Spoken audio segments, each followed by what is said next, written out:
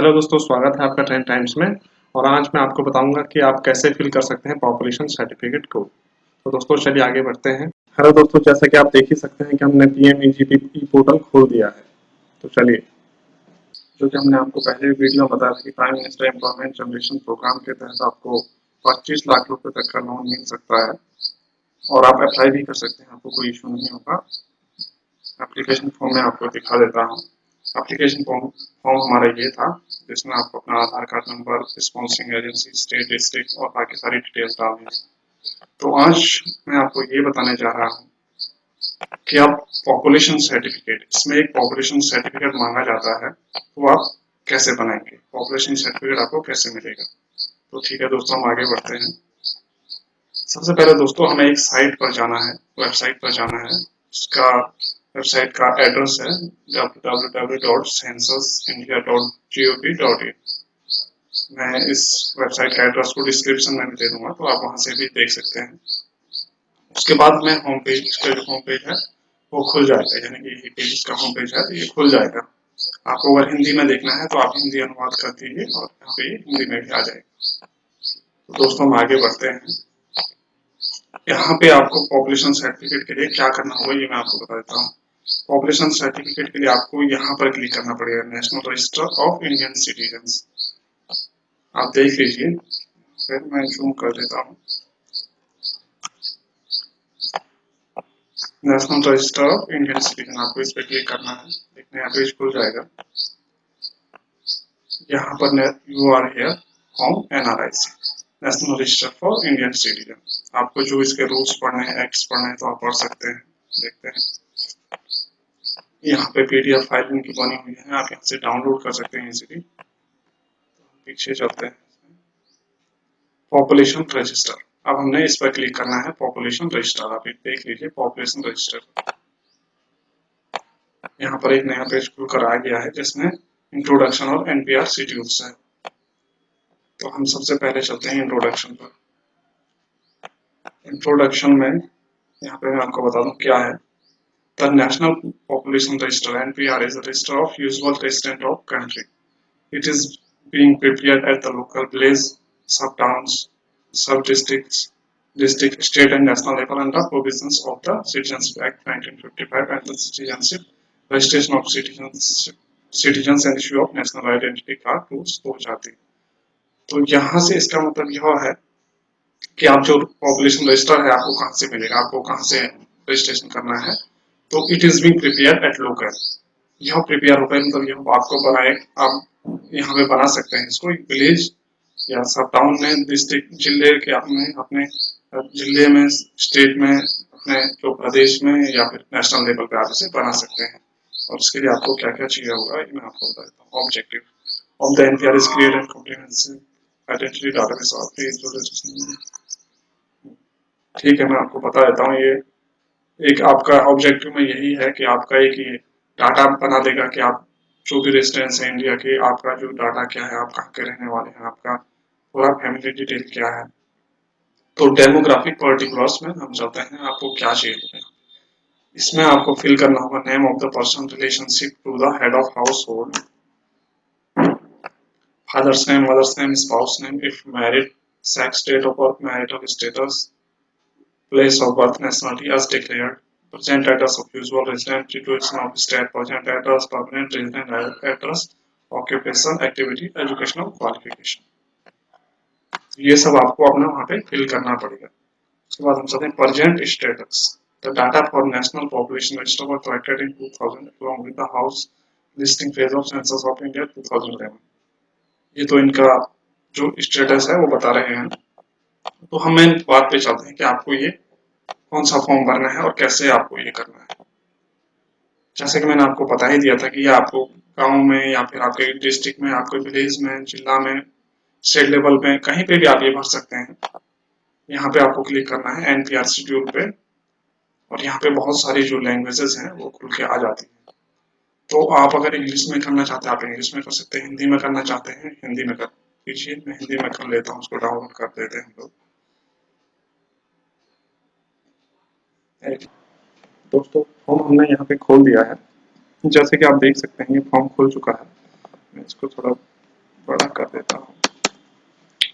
यह फॉर्म आ गया हमारे पास, राष्ट्रीय जनसंख्या रजिस्टर परिवार अनुसूची। देखिए इसमें क्या क्या आपको फिल करना है वो बता देता हूँ। यहाँ से प्रारंभ करें, यहाँ पर लिखा ही हुआ है, यहाँ से प्रारंभ करें। लोकेशन विवरण, राज्य, संघ, राज्य, क्षेत्र, नगर, गांव का नाम, जिला, तहसील, तालुक, पुलिस थाना, विकास खंड, सर्किल, मंडल, वार्ड, कोड नंबर केवल नगर के लिए। ये सब आपको यहाँ पे भरना पड़ेगा। मकान अनुसूची से नकल करें, जो आपकी मकान अनुसूची होगी, मकान सूची अनुसूची से नकल करें, वो आप ब्लॉक नंबर जो भी है वो यहाँ भर सकते हैं। परिवार क्रमांक कॉलम नाम से तो सब भर सकते हैं आप। यहाँ पे साइड ए है, व्यक्ति का पूरा नाम और निवास की स्थिति इसमें भरना पड़ेगा आपको। व्यक्ति का पूरा नाम परिवार के मुखिया से प्रारंभ करें, तो यहाँ पे आपको सबका डिटेल भरना है। निवास की स्थिति का कोड, खाने बने सामान्य निवासी वास्तविक 1, सामान्य निवासी प्रयोजन 2, अन्य 3। तो जैसे भी आपको होगा आप कोड के हिसाब से उसको फिल करते रहिए।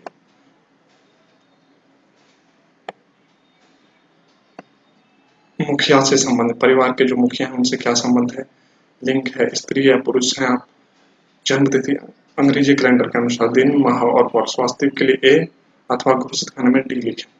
डेट यहाँ पे मंथ, यहाँ पे ईयर आपका जो भी है वो लिख दीजिए।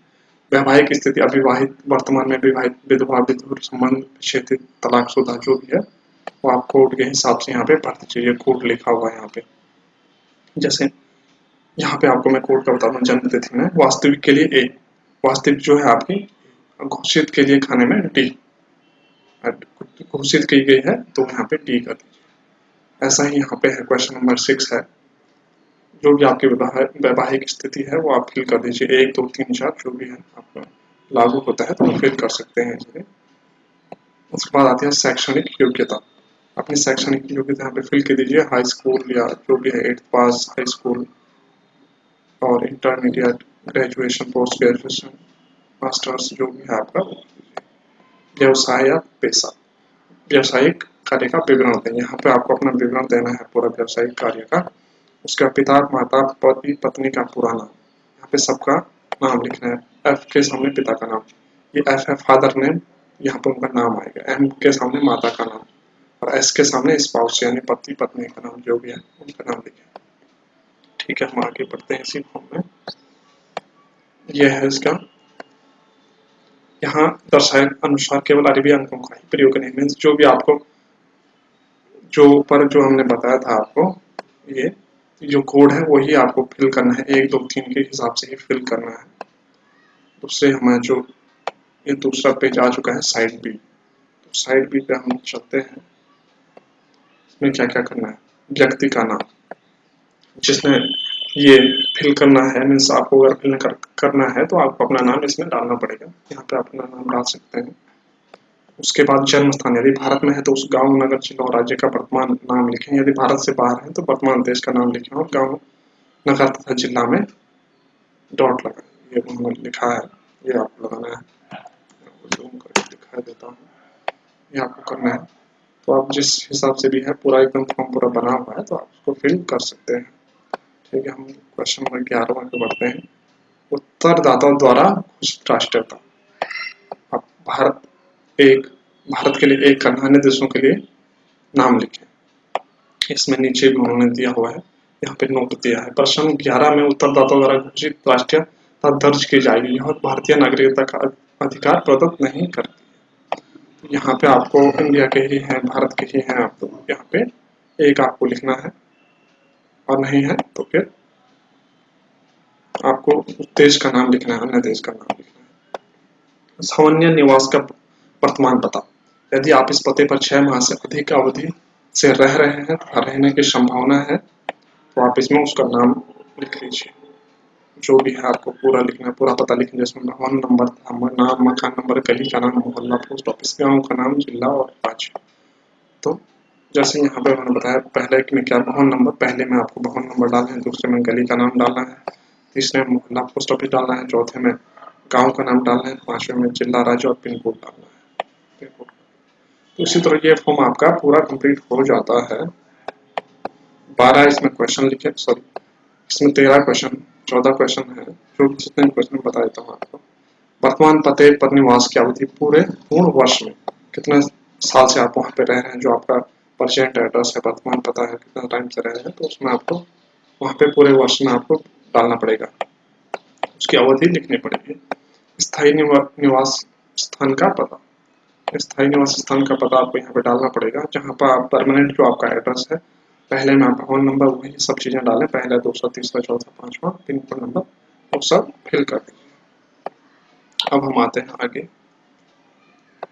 ये जो पहले ही मैंने आपको बता दिया है, अब किसी भी प्रकार की गलत जानकारी देने पर भारतीय नागरिकता नियमावली 2003 के अंतर्गत दंडित किया जा सकता है। अगर आप कोई भी अगर कुछ गलत इन्फॉर्मेशन इसमें देते हैं, तो आपको जो भी है भारतीय नागरिकता नियमावली 2003 के अंतर्गत आपको दंडित किया जाएगा। ठीक है, हम आगे बढ़ते हैं इसमें। उसके बाद आपको मैं घोषणा करती हूँ दी गई समस्त सूचना मेरी जानकारी एवं विश्वास के अनुसार सत्य है। इस पर आपको डिक्लेयर करना है कि डिक्लेरेशन करना है यहाँ पे। तो तिथि सहित उत्तरदाता के हस्ताक्षर, यहाँ पे आपके हस्ताक्षर होने चाहिए। अंगूठे का निशान पुरुष के लिए बाएं और हाथ का अंगूठा एवं स्त्री के लिए दाहिने हाथ का अंगूठा का निशान यहाँ पे लगाना है। और उसके बाद तिथि सहित प्रगणक के हस्ताक्षर। जो बाकी ये ऑफिशियल यूज है, पर्यवेक्षक जो भी है। तो ये फॉर्म आपको फिल करके अपने जो भी है गांव है, तालुका है, जिला है, इसलिए आप ये फिल करते हैं, तो उनको आपको बताना है और वो आपको इस फॉर्म के बारे में ज़्यादा ही बता देंगे कि आपको कैसे यह करना है। इस फॉर्म का मैं आपको एक लिंक दे दूंगा, आप वहाँ से भी इस फॉर्म को डाउनलोड कर सकते हैं, डिस्क्रिप्शन में आपको लिंक मिल जाएगा, तो आप ये फॉर्म डाउनलोड कर लीजिए। और दोस्तों बने रहिए हमारे साथ ट्रेंड टाइम्स में, ताकि आपको समय समय पर और भी रोचक ताज़ी खबरें मिलती रहें, और ऐसी खबरें कुछ नई योजनाएं आती हैं तो उसके बारे में आपको खबरें मिलती रहे। तो और आप हमारे चैनल को सब्सक्राइब भी कर सकते हैं, ताकि आप हमारे साथ खबरों के साथ बने रहें। तो धन्यवाद दोस्तों।